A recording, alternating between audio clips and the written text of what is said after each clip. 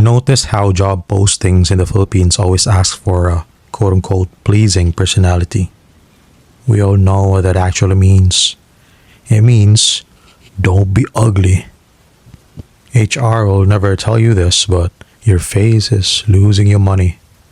They'll never put quote-unquote must be good looking on the job post, but it is a massive factor. Whether it's a conscious or unconscious decision by management, facial discrimination is real as hell in corporate. Welcome back to the channel, guys. Uncle Ren here. Let's talk about lookism in the context of how it affects your career. I think you already know the answer to this question, but let me just ask for the others who are still not convinced. I don't know why, but does attractiveness actually affect your career? What do you think, guys? People will gaslight you and say, just work harder, bro. Brother. Some already are. They're probably working harder than you, bro. But there's a ceiling for people whose face has, well, a low ceiling. Two economists actually ran the numbers on this. Below average looks cost you around 9% of your pay over a lifetime. Above average gets you about a 5% bump, meaning getting called ugly costs you more than getting called handsome pays. The penalty is bigger than the bonus. And before you say that's only for customer-facing, client-facing jobs, they actually checked the effect held across occupations. You cannot outrun this by switching industries, which is the polite way of saying they don't care how good your output is if they don't like looking at you. You cannot outskill an ugly face. We need to talk about pretty privilege in the workplace and how your brain is actively working against you. The halo effect isn't just some pop psychology term that you probably slept through high school. It's the exact reason your useless coworker makes 20% more than you. The halo effect is simple. If your face is pleasant, people assume you're more competent and more trustworthy, even when you're completely clueless about your job. Attractiveness physically lowers the amount of convincing you have to do in a meeting or in an interview or any kind of tense discussion. Here's a bitter pill, or you can call it workplace Blackpill, I don't know. If an attractive person makes a mistake at work, it's a quote-unquote learning opportunity. If you make the exact same mistake, it's called incompetence. Someone attractive is quiet. He's mysterious and calculated. You are quiet. Well, he's awkward. Someone attractive speaks up. She's passionate. You speak up. She's intense and hard to work with. She's a beast. Stop saying, quote unquote, my work speaks for itself. It doesn't. We are biologically wired to judge the package before we care about the product inside. In the Philippines, we don't even hide it that well. Fair skin, maganda, guapo, face card never declines. It decides who gets put in front of the clients. Every company has one person they send to represent the brand. It's not you, bro. It's not you. It's not you, sis. They call it being client-facing. That's just corporate speak for we only want hot people representing our brand. Companies love talking about diversity and inclusion until the diversity includes faces they don't want on their websites, on their socials. Look at RA 10911, Republic Act number 10911, the Anti-Age Discrimination in Employment Act.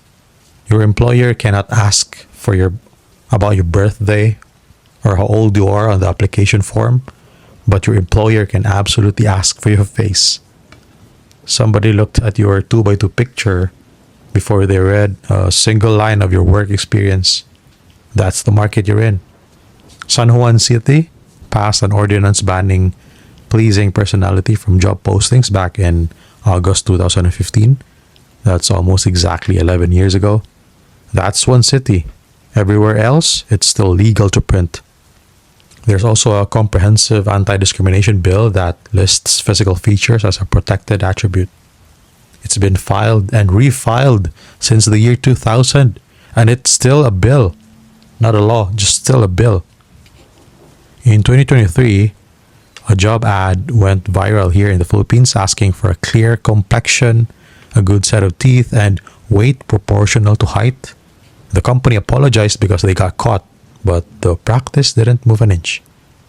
Now, I want to know which side of this you're on right now. Drop a comment. Did your looks ever open a door at work you know you didn't earn?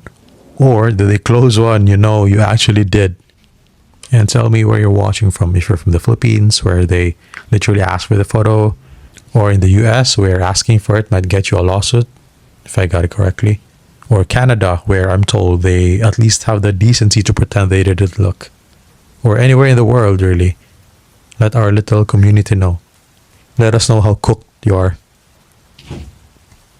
Do attractive people get treated better at work? Duh. Yes, but sometimes it's subtle. You don't get passed over all at once with some loud, obvious rejection. You get left out of the lunch, then the side conversation, then the minor project. And by promotion season, you're just less familiar to the bosses. You will never get an email that says, "We went with someone better looking." Instead, they'll sugarcoat it with, "We went with a stronger culture fit." Classic. Classic. It's like we're born yesterday. Listen closely on how physical appearance affects career advancement. Being good looking at work is not a shortcut to competence. A good face doesn't automatically download skills into your brain, but that face card is a shortcut to opportunities. And opportunities are how a person becomes competent. And even if you fumble early on, people may give you more chances to prove yourself. And that's where the advantage starts compounding. The good-looking guy at work isn't stealing anything from you. The system is handing him reps you never got offered. And reps are the whole game. A lot of career opportunities don't come from your work. They come from people liking you enough to think of you when a spot opens, when an opportunity comes. You think you're being judged strictly on your performance, but you're also being judged on how you look while performing. Your boss cannot see your thoughts. Your boss can only see your behavior, and behavior gets interpreted through perception. So can being unattractive hurt your career? Well, by now you already know the answer to that. Yes, duh. But you can cry about it, or you can play the hand you were dealt. Most people do neither. They just complain.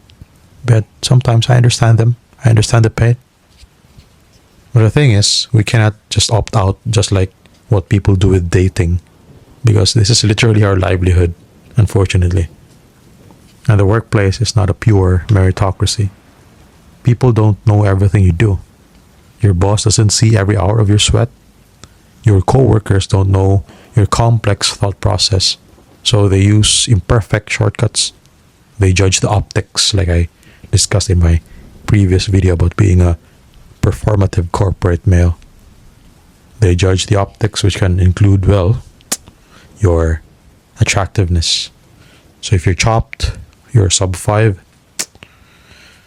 oh, you're swimming against the current. No sugar coating.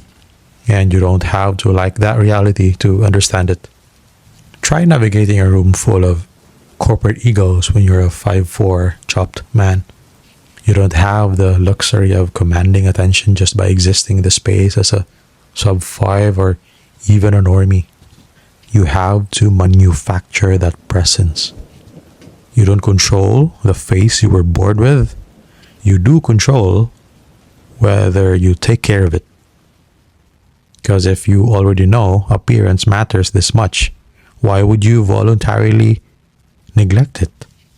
If two people have equal skills, do not handicap yourself unnecessarily. Don't make things worse for you any further. It is what it is. We work with what we have. Be a stoic chopped man. But seriously, guys, look clean, dress properly, speak clearly, take care of your body. Don't make your appearance another problem you have to overcome. In the corporate world, your face is your first resume. If it's messy, they are not reading page 2. Being unattractive is not a life sentence, no, but pretending looks don't matter is delusional. And we don't do that here. And I'm not gonna BS you and say, just be confident, bro. Confidence doesn't magically erase other people's biases. Neither does hard work. You can work your ass off and still get overlooked. But what I want you to do is, do not turn that reality into an excuse for being mediocre. You did not choose your face. You do choose your body. By that I mean, of course, your body fat percentage, how you take care of it, how you groom. You choose your clothes, your grooming, communication. You choose how competent you become. You choose whether people can easily dismiss you. And if you don't have pretty privilege, fine. Then build something else people cannot ignore. Be so good at what you do that they cannot ignore you.